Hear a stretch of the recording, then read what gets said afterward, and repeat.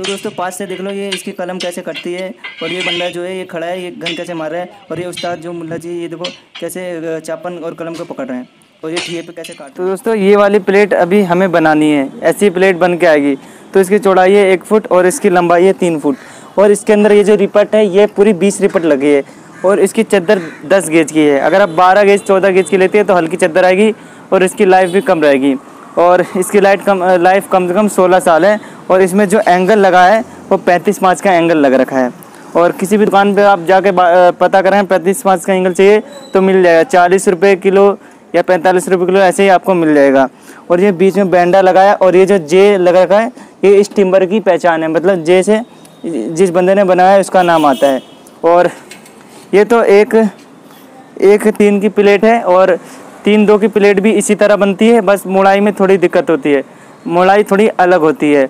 और जो 1.5-3 की प्लेट होती है वो भी ऐसे बनती है। हम ऐसी वीडियो लाते रहेंगे और काफ़ी चीज़ नए नए आइटम के वीडियो लाते रहेंगे। हेलो दोस्तों, तो देखो ये प्लेट का एंगल कैसे कट रहा है। मैं आपको ये बता दूं, ये जो एंगल की प्लेट बन रही है ये है 1/3 की, मतलब इसकी चौड़ाई 1 फुटा रहेगी और इसकी लंबाई 3 फुटा रहेगी। तो मतलब ये आपकी हो जाएगी 3-3 6 1-1 2, मतलब 8 फुट की पूरी प्लेट हो जाएगी।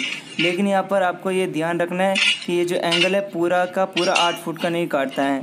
एंगल आपको काटना है 7 फुट 10 इंच, क्योंकि जब एंगल मुड़ता है तो चारों कोने से आधा इंच बढ़ जाता है, जिसके कारण पूरी 8 फुट की प्लेट हो जाती है। इसलिए आपको ये ध्यान रखना है कि 7 फुट 10 इंची का एंगल काटना है और 35.5 का एंगल लेना है, ठीक है। और आप देख रहे हो कि कैसे कलम कटती है, देखो कलम कट रही है, इसी तरह कलम काट लेना है आपको।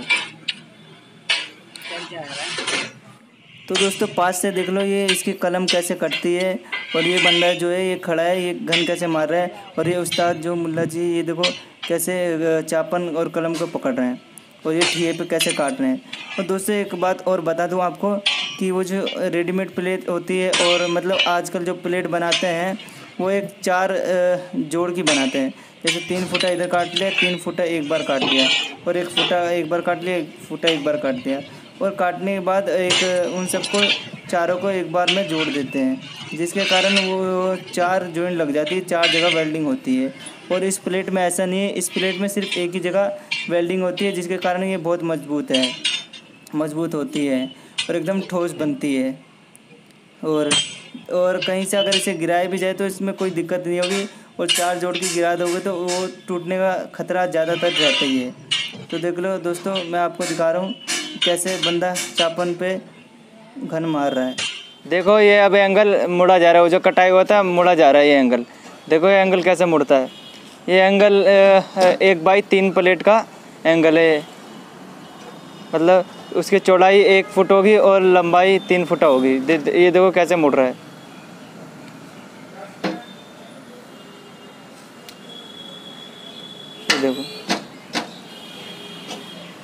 ये देखो ऐसे मोड़ के अब इसे ज़मीन पे पटका जा रहा है। ये देखो देखो देखो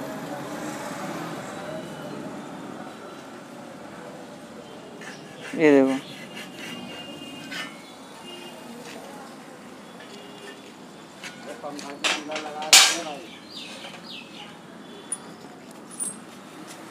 ये देखो ये ऐसे मुड़ चुका है। देखो इसका अभी एक कोना टूटा है, अभी इसमें वेल्डिंग होगी और ये फिर ये जुड़ के एक फ्रेम बन जाएगा। देखो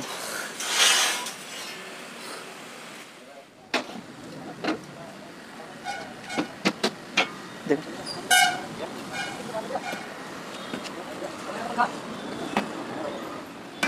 देखो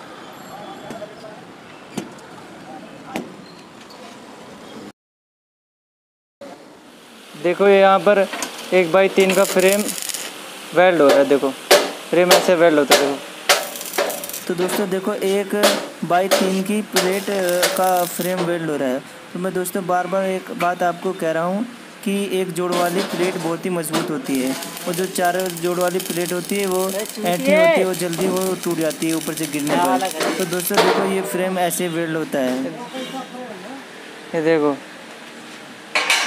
ये सारा फ्रेम यहाँ पर वेल्ड होके ऐसे ऐसे यहाँ रखा हुआ है। देखो सारा फ्रेम वेल्ड होके रखा है। अब इस पर सीटें जुड़ेगी। देखो ये एक टीन का फ्रेम तैयार हो गया है और ये कोना जो इसका टूटा था इसे जोड़ दिया गया है। देखो जोड़ के ये फ्रेम ऐसा बन जाता है और इसी पे वो जो चद्दर चिपकती है। ये देखो ये कोना जुड़ा है। देखो वो जो उसका एंगल कट रहा था उसका अभी फ्रेम बना है, उस फ्रेम पे ये सीट चिपकेगी। और ये है इसकी चौड़ाई है 1 फुटा और इसकी लंबाई है 3 फुट और ये 10 गेज की सीट है। और ये अगर आप इससे हल्की बनवाना चाहे तो जैसे 12 गेज 14 गेज की लेंगे तो हल्की प्लेट बनेगी। और ये 10 गेज की सीट है। ये कम से कम 16 साल चलेगी ये प्लेट। अगर इससे हल्की गेज की आप बनवाते हैं तो वो कम चलेगी। फ्रेम वेल्ड हो गया है। अब इसकी ऐंठ निकालने जा रहा हूँ मैं, ताकि ऐंठ नहीं निकलेगी तो वो जो सीट है सीट इस पर सही चिपकेगी नहीं। ऐंठ निकल जाएगी तो सही से चिपक जाएगी सीट।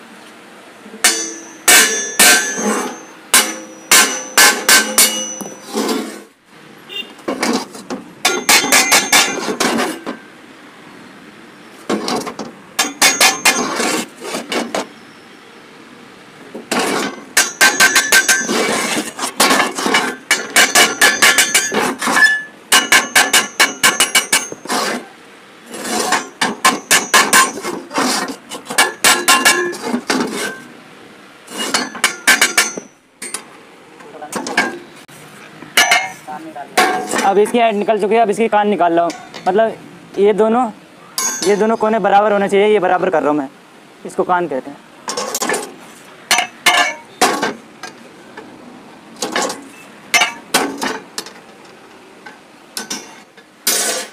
तो दोस्तों ये जो प्लेट के बीच में एंगल लग रखा है इसको हम बेंडर कहते हैं। तो दोस्तों अगर यही बेंडर आप सही से बना लेंगे तो प्लेट बिल्कुल भी ऐंठेगी नहीं और एकदम प्लेट एकदम फिट ही तैयार होगी। तो इसको अच्छे से काटना और अच्छे से फिट करना बहुत ही ज़रूरी होता है। तो ये देखिए ये कुछ इस तरीके से फिट होगा और आपको इतने साइज़ में काटना है। तो आपको क्या करना है, आपको लगभग 11.5 इंची काट लेना है। देखो 11.5 इंची काटना है 1/3 की प्लेट के अंदर। और 3/2 की प्लेट के अंदर तो अलग कटता है, वो मैं आपको आगे वीडियो में बता दूंगा। जब आगे वीडियो लेके आऊँगा तो आपको 11.5 इंची इस बैंडे को काट लेना है। और इस बैंडे को काटने के बाद साइड में थोड़ा सा हथौड़ी से दबा देना। देखिए जो साइड से मोड़ रखा है और ऊपर से काट देना ताकि ये बैंडा एकदम सही बैठे। देखो आगे से ये देखिए इस तरीके से जो ऊपर से कट रखा है ऐसे काट देना ताकि बैंडा सही से बैठे। आप ग्राइंडर से भी काट सकते हैं या हाथ से भी। तो जैसे कि हमने कि एंगल की ऐंठ निकाली है अभी भी। और ये देखिए ऐंठ निकालने के बाद अब इस एंगल के ऊपर सीट चिपकने जा रही है। ये देखो ये जो नीचे है ये सीट पड़ी हुई है और इसके ऊपर एंगल सही से चिपकाया जा रहा है। देखिए और ये वेल्डिंग हो रही है। और वेल्डिंग होते करते समय ये ध्यान रखना है कि वेल्डिंग का फोकस एकदम एंगल ही पे रखना है, सीट पे नहीं रखना है। अगर सीट पे रखोगे तो सीट गल जाएगी, सीट में छेद हो जाएगा। देखिए ये वेल्डिंग कैसे हो रखी है, कितनी सटीक वेल्डिंग होती है। और ये ज़रूरी नहीं है कि आप वेल्डिंग एक ही जगह करें, आप कहीं भी इस तरीके से वेल्डिंग करनी है कि फ्रेम एकदम फिट बैठ जाए। ये देखिए इस कोने वेल्डिंग हो रही है। अब वो जो हमने बीच का डंडा बनाया था जिसे बेंडा कहते हैं वो लगा रहे हैं। ये गेज हमने बना लिया है। ये 1.5 फुट का गेज है, मतलब 3 फुट की इसकी लंबाई है, इसलिए 1.5 फुट का सरिया काट के एकदम बीच में लगाया जा रहा है। और ये देखो ये जो वेल्डिंग हो रही है ना बेंडे में, ये ध्यान रखना कि आमने सामने वेल्डिंग नहीं करनी है। एक इस तरफ वेल्डिंग करनी है, एक इस तरफ वेल्डिंग करनी है, जैसे कि हो रहा है आप देख रहे हो। देखो एक उधर वेल्डिंग हुई है, एक इस तरफ वेल्डिंग हुई है। अब आपको जहाँ पर फ्रेम का जॉइंट है वहाँ पर एक गिट्टी लगानी है। जो आप पहले एंगल काटोगे ना तो उसी के साथ उसी की पहली गिट्टी कटेगी और वही गिट्टी यहाँ पर लगेगी। देखो जैसे कि साइड में खड़ा पड़ी है। ये देखिए वेल्डिंग हो रही है। मैं आपको वेल्डिंग होने के बाद भी दिखा दूँगा कि गिट्टी कैसे वेल्डिंग होती है, वेल्ड हो रही है। ये देखो एक तो ये फ्रेम का जॉइंट है और गिट्टी लगने के बाद और भी मजबूत हो गया है।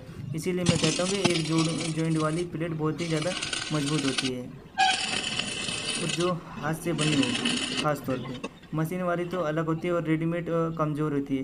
रेडीमेड में कोई देखता नहीं, फटाफट बना देता है। और हम ऐसा नहीं, हमारा काम इसी से हम जाने जाते हैं 1 नंबर। और ये जो नंबर लग रहा है, ये जो प्लेट बना रहा है उसका नाम के आगे का पहला अक्षर लग रहा है जे। उसका नाम है जयशंकर, तो आगे हम जे लगा रहे हैं, वही लगवा रहे हैं। इससे ये होता है कि पता चल जाता है कि ये किस टीम पर के किसकी बंदे की प्लेट है। और ये देखो ये फाइनल हो गई है। तो दोस्तों देखो सीट फ्रेम पे चिपक गई है। अब ये सीधा मशीन के पास जा रही है ताकि सुराख हो गई। अब इसके ऊपर ऊपर सारे में सुराख हो जाएगा। आपको नीचे से दिखा देता हूँ कि नीचे की किस तरीके से दिखती है सीट चिपकने के बाद। देखो एकदम सीट एकदम फिट चिपकी है और आपको सीट एकदम फिट ही चिपकाना है, जैसे आपको मैंने पीछे बता रखा है। ठीक है ना, देखिए तो इसी तरह करिए। चलते हैं अगले स्टेप पे। तो ये प्लेट यहाँ पर आ चुकी है सुराख के लिए और सुराख हो रहा है। ये जिस मशीन से हो रही है इसको ड्रिल मशीन कहते हैं। तो आइए आपको पास से दिखा देते हैं। तो देखिए सुराख यहाँ पर कैसे हो रहा है। आपको सुराख करने के लिए एक बोतल पानी की ज़रूरत होगी, क्योंकि अगर इस बिट को ड्रिल मशीन को ऐसे आप चलाएंगे तो ये सूखी होने के कारण काफ़ी गर्म हो जाएगी और टूट जाएगी और सही से सुराख नहीं करेगी। ये इसको ठंडी रखने के लिए ये पानी का प्रयोग किया जाता है। इसी तरह हम ड्रिल मशीन से सुराख करते हैं और ऊपर से पानी देते हैं ताकि बिट ना टूटे और आराम से सुराख हो जाए। तो आपको जल्दी जल्दी करके दिखाते हैं, तो बने रहिए इस वीडियो में। अगर वीडियो अच्छी लगे तो लाइक करें, चैनल को सब्सक्राइब करें। तो देखिए यहाँ पर प्लेट बनकर तैयार हो चुकी है। अब ये जाएगी रिपट पे। देखिए सुराख होने के बाद प्लेट कैसी लगती है। अब इसके बाद काम होगा इसका, रिपट पे जाएगी और ये प्लेट फाइनल। ये यहाँ पर मैं आपको अब रिपट करके दिखाऊंगा। ये जो सुराख है ना, ये जो सुराख है ऐसे रिपट करके दिखाऊंगा। ये देखो ये सुराख है, ये जो सुराख है इसको रिपट करके दिखाऊंगा। देखो मैंने ये रिपट यहाँ पर रखी है। अब मैं इसको पीटता हूँ।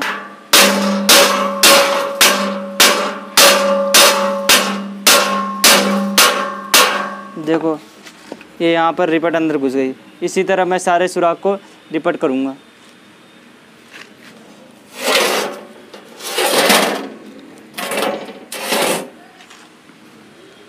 ये देखो ये मैं यहाँ पर बावरी आ गई।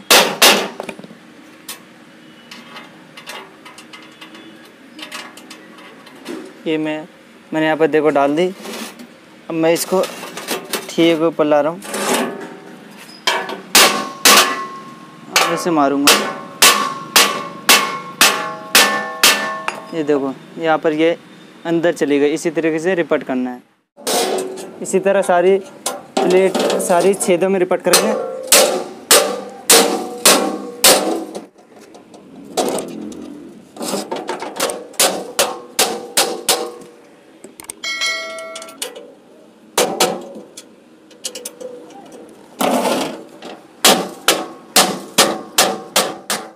तो अपनी फाइनल प्लेट बन के आ चुकी है। इसका साइज़ है 1/3 का और एंगल का साइज़ है 35-35-5। किसी भी दुकान पे आप जाओगे 35-5 एंगल का हुए तो आपको एंगल दे देगा। और पीछे से दिखा देता हूँ इसका ये कैसे बन के आ रखी है। तो दोस्तों ऐसी वीडियो देखने के लिए चैनल को सब्सक्राइब करें और लाइक करें वीडियो को।